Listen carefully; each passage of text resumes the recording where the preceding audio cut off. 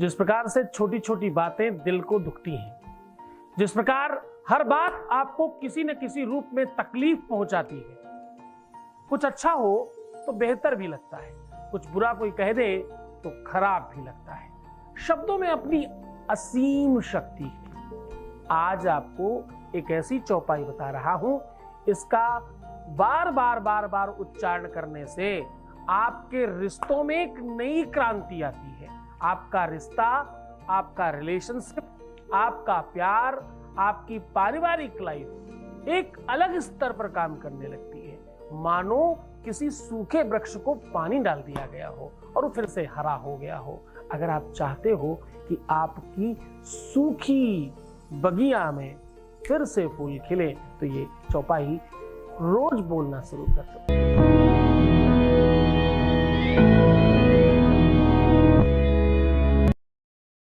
आज की इस यात्रा में तुलसीकृत रामचरितमानस की एक पंक्ति ली जा रही है। इस पंक्ति का अपना एकदम आनंद है। वैसे तो ये पंक्ति सिद्ध है, इस पंक्ति का उच्चारण ही अपने आप में बहुत बड़ा काम करता है। मैं तो आपको बताऊं कि पूर्व समय में, मतलब मेरे अपने बचपन में मैंने कोई बड़ी यज्ञ पूजा पाठ देखी ही नहीं गाँव में, जहां मेरी परवरिश हुई मेरे ननिहाल में। वहां मैंने कोई बहुत बड़ा पूजा पाठ यज्ञ इत्यादि नहीं देखा। मैंने क्या देखा? मैंने रेगुलर सत्यनारायण की पूजा होते देखी और श्री रामचरितमानस का अखंड पाठ देखा, जो होता ही रहता था लोगों के घरों में। क्यों? क्योंकि ये एक ऐसी पद्धति है जिस पद्धति में आप स्वयं अनुरक्त होते हैं, आप स्वयं उसमें लगते हैं, आपकी खुद की अनुरक्तता होती है उस कार्य में। सिद्ध मानस पाठ है। जिन जिन घरों में श्री रामचरितमानस का निरंतर पाठ होता है, उन घरों में दरिद्रता नहीं आती, उन घरों में का वैभव बढ़ता है, उन घरों में संपन्नता अपने आप आने लगती है, मानसिकता शुद्ध हो जाती है, एक दूसरे के प्रति सौहार्द बढ़ता है। तुलसी बाबा कहते हैं ना, जहां सुमति तहां संपत्ति नाना, जहां कुमति तहां विपत्ति निदाना। तो साहब, सुमति आती कैसे है? सुमति आती सत्संग से और रामायण से। रामायण की एक एक पंक्ति, एक एक चौपाई, यहां तक कि मैं तो कहता हूं एक एक अक्षर।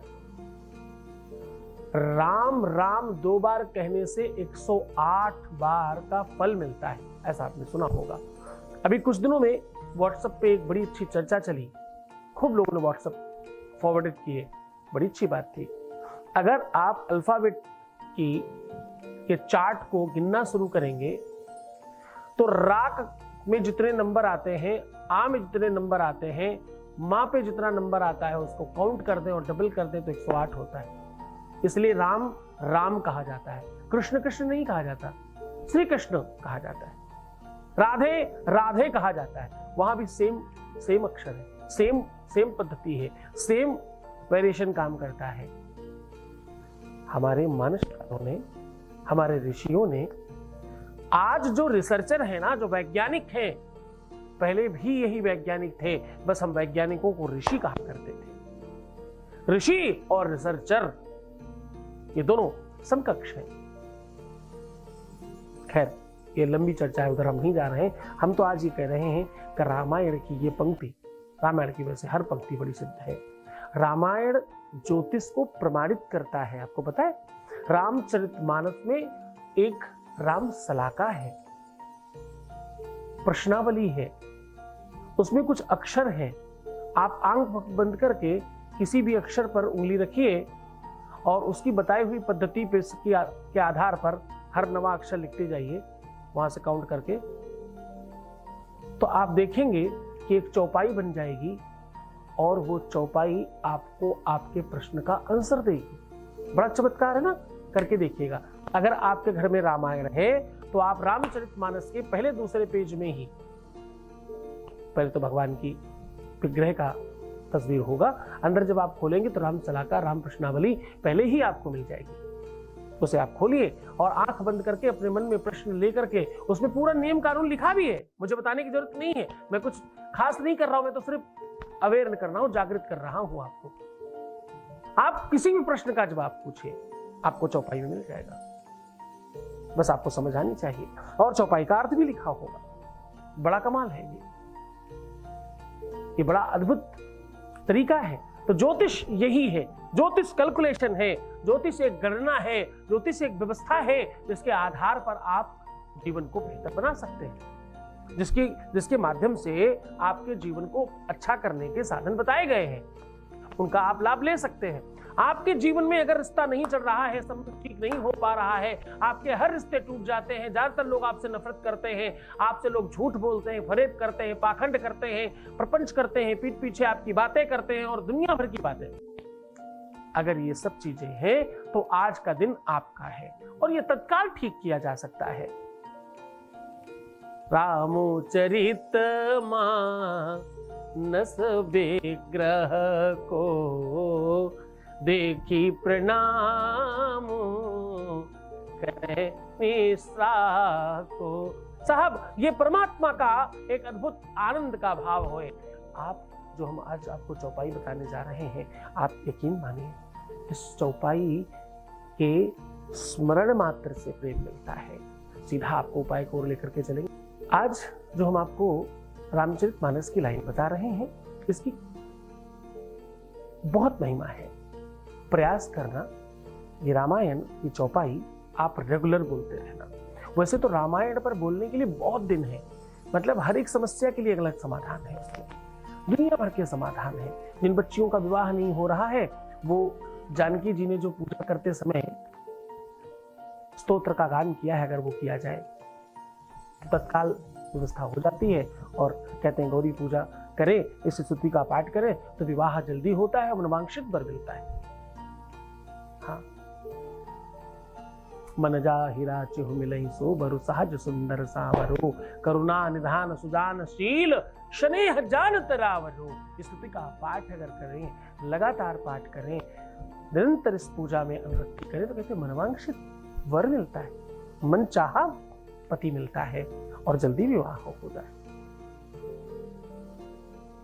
रामायण में बड़े सारे उल्लेख हैं पुरुषों के लिए, महिलाओं के लिए, शत्रु नाश के लिए, रोग नाश करने के लिए, जाने कितनी सारी चीजें। पर आज हम आपको रिश्ता सुधारने की चौपाई बता रहे हैं। कोई भी रिश्ता हो, लव लाइफ हो, रिलेशनशिप लाइफ हो, पारिवारिक लाइफ हो, पति पत्नी के बीच का हो, बच्चों के साथ हो, रिलेशन में कहीं पर भी किसी भी तरह से अगर आपकी बगिया सूख गई है, सूख जाने का मतलब होता है पेड़ सूखने के बाद किसी काम का नहीं रहता।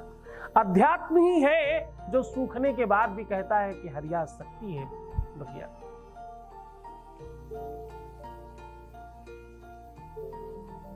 एक बढ़िया भजन है, सूखी बगिया फिर खिलेगी, सूखी बगिया जग उठेगी।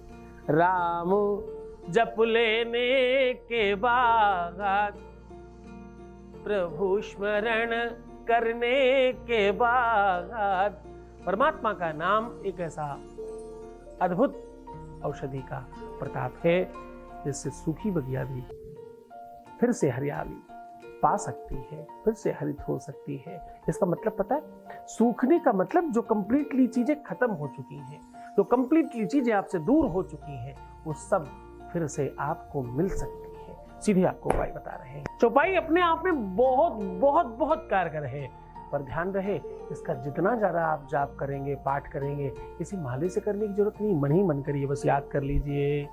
सब नर करहि परस्पर प्रीति, चलहि स्वधर्म निरति श्रुत नीति। सब नर करहि परस्पर प्रीति। ये शुद्ध चौपाई है।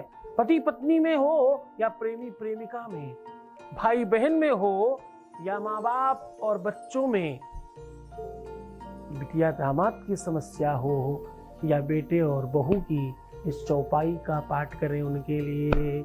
इस चौपाई को फूंक कर भी पानी दे सकते हैं। सब नर करहि परस्पर प्रीति, चलहि स्वधर्म निरति श्रुति नीति। कैसे चलेंगे उसके बाद?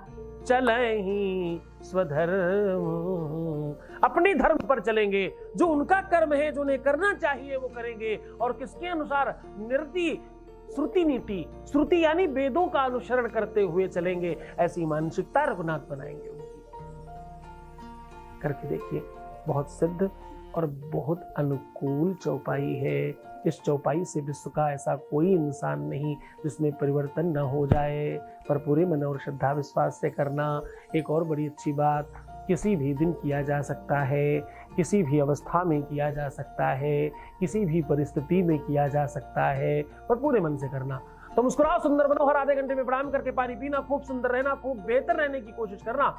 बस अपना ख्याल रखना, रोना मत, परेशान मत होना, दुखी मत होना, उल्टा सीधा नहीं सोचना, नेगेटिव थिंकिंग छोड़ दीजिए, अपना खुद का ख्याल रखिए। मैं हूं तुम्हारे साथ, तुम्हें सिर्फ अपना ही ख्याल रखना है, मैं तुम्हारा भी रख रहा हूं, तुम्हारे प्यार का, परिवार का, सबका ख्याल रख रहा हूं। ओम नमः शिवाय।